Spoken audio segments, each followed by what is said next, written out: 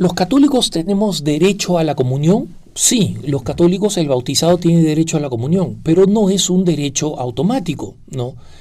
Esto lo digo porque un hermano me hace una pregunta consultando si es que efectivamente el cristiano puede comulgar cuando se le dé la gana, porque esto es lo que dijo el párroco de su parroquia. Todo el que está bautizado puede venir a comulgar, ¿no? Porque es un derecho comulgar porque está bautizado. Esta es una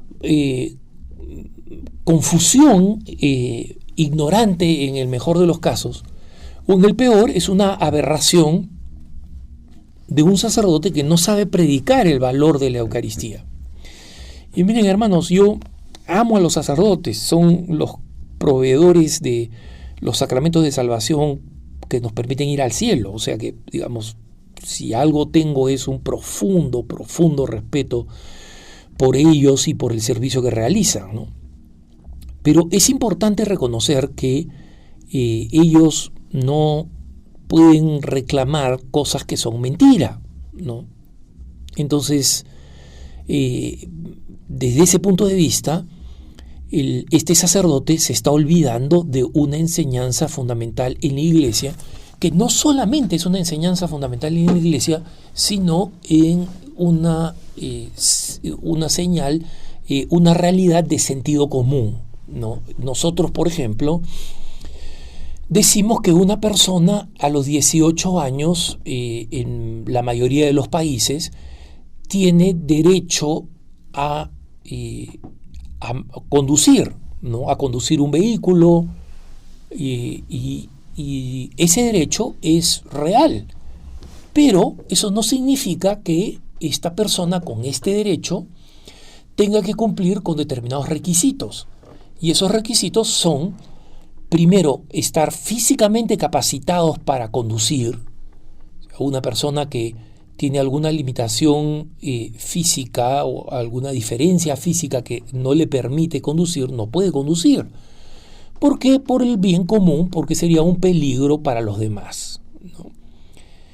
Y en segundo lugar, esa persona no solamente tiene que tener las condiciones físicas para poder hacerlo, sino que tiene que tener el conocimiento para hacerlo. Y por eso es que hay academias de conducción, por eso que hay manuales que hay que estudiar, y por eso que para sacar la licencia de conducir se necesita una serie de exámenes. Solo de esa manera la persona puede conducir. Entonces, la persona tiene derecho, pero ese derecho significa que es irrestricto, que no hay ninguna restricción, que no hay ningún parámetro para que ese derecho pueda ser ejercido. No. Y podríamos acá multiplicar los ejemplos ad infinitum, ¿no? O sea, todas las ocasiones en las que una persona, según la ley, tiene un derecho, pero ese derecho está acompañado de una serie de condiciones para poder ejercerlo, ¿no? En el caso de la Iglesia Católica es exactamente lo mismo, ¿no? Y para que ustedes se hagan una idea, está muy claro establecido en el Código de Derecho Canónico, ¿no? Como les he explicado en otras ocasiones, el Código de Derecho Canónico son las leyes que gobiernan a la Iglesia, y en concreto el Código de Derecho Canónico al que nosotros nos referimos es el código que regula la situación y la realidad de la Iglesia en la vida cotidiana, en la vida diaria y en nuestra vida eclesial, sacramental, etcétera, como cristianos, ¿no? Para Occidente. No quiero confundirlos, pero existe un código de derecho canónico distinto para los católicos de Oriente, ¿no? Pero para efectos prácticos hablemos del Código de Derecho Canónico, ¿no? El CDC, o como le dicen los juristas, el CIC, ¿no? El Codex Iuris Canonici, ¿no? Cuando lo vean citado CIC y un número, se refieren al Código de Derecho Canónico. Vamos al número 916. El 15 y el 16 hablan específicamente del tema de la comunión. El número 916 se refiere a este tema específico que nuestro hermano nos consulta y que tiene que ver con esta enseñanza de este sacerdote. Y el código 916, le pido que presten atención, es corto, pero dice lo siguiente. Cito textualmente, quien tenga conciencia de hallarse en pecado grave, y acá no celebre la misa, o sea, esto es para el sacerdote, si tiene conciencia de hallarse en pecado grave, no celebre la misa ni comulgue el cuerpo del Señor sin acudir antes a la confesión sacramental. El código sigue, pero se dan cuenta que acá yo ya podría poner un punto y se acabó el cuento de este sacerdote que dice que cualquiera puede comulgar porque tiene el derecho adquirido por el bautismo, ¿no? Quien tenga conciencia de hallarse en pecado grave, no celebre la misa ni comulgue el cuerpo del Señor sin acudir antes a la confesión sacramental, ¿no? Pero acá hay una coma y dice lo siguiente: a no ser que concurra un motivo grave y no haya oportunidad de confesarse. Esto es fundamentalmente para el sacerdote. ¿Cuál es un motivo grave? Si el sacerdote está en pecado, ¿no?, y resulta que es el único que puede proporcionar el sacramento de la Santa Misa en una fiesta patronal o en la visita temporal a un pueblo, y dejaría a los fieles sin Eucaristía y sin celebración de la Santa Misa, el sacerdote en esa situación extrema puede celebrar la Eucaristía. Pero ¿qué es lo que nos dice el código? Sigo citando.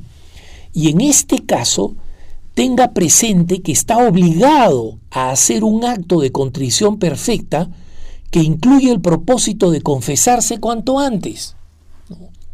Es decir, hermanos, para comulgar nadie se libra de la confesión. Nadie se libra de la confesión.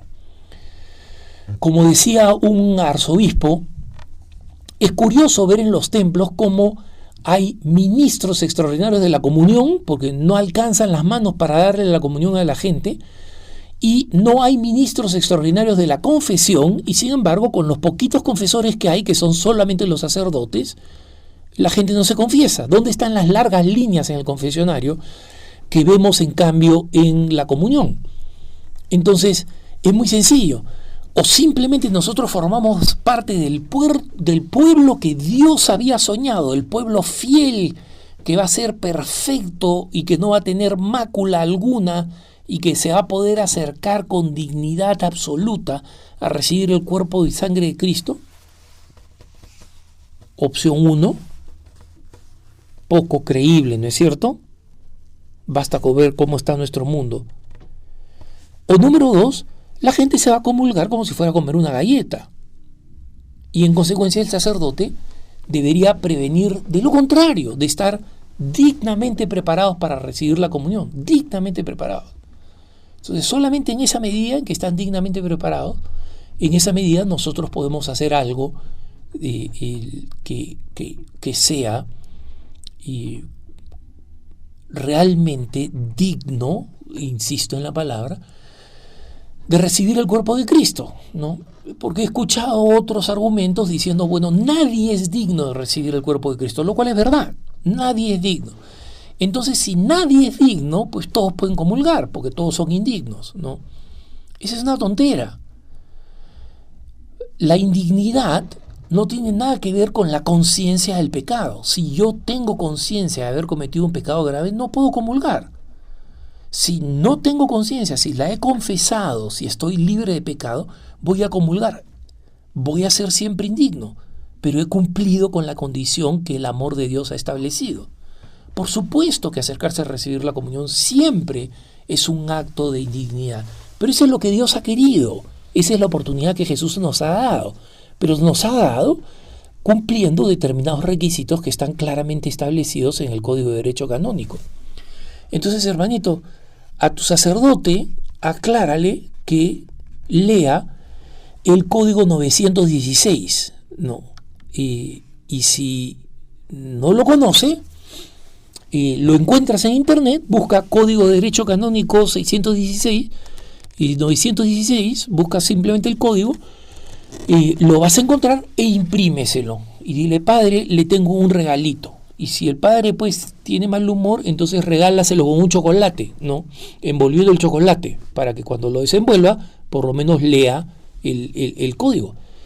Las enseñanzas son claras y ustedes saben, hermanos, que la mayoría del pueblo sabe eso. La mayoría del pueblo muchas veces se abstiene de comulgar. Dios quisiera que se confesaran y comulgaran, pero se abstienen de comulgar porque saben que no están preparados. Entonces cuando este sacerdote dice, no, vengan todos, salgan acá, este es una jarana, esta es una fiesta, está haciendo mal y tiene que saber que está haciendo mal. Que tengas un buen día.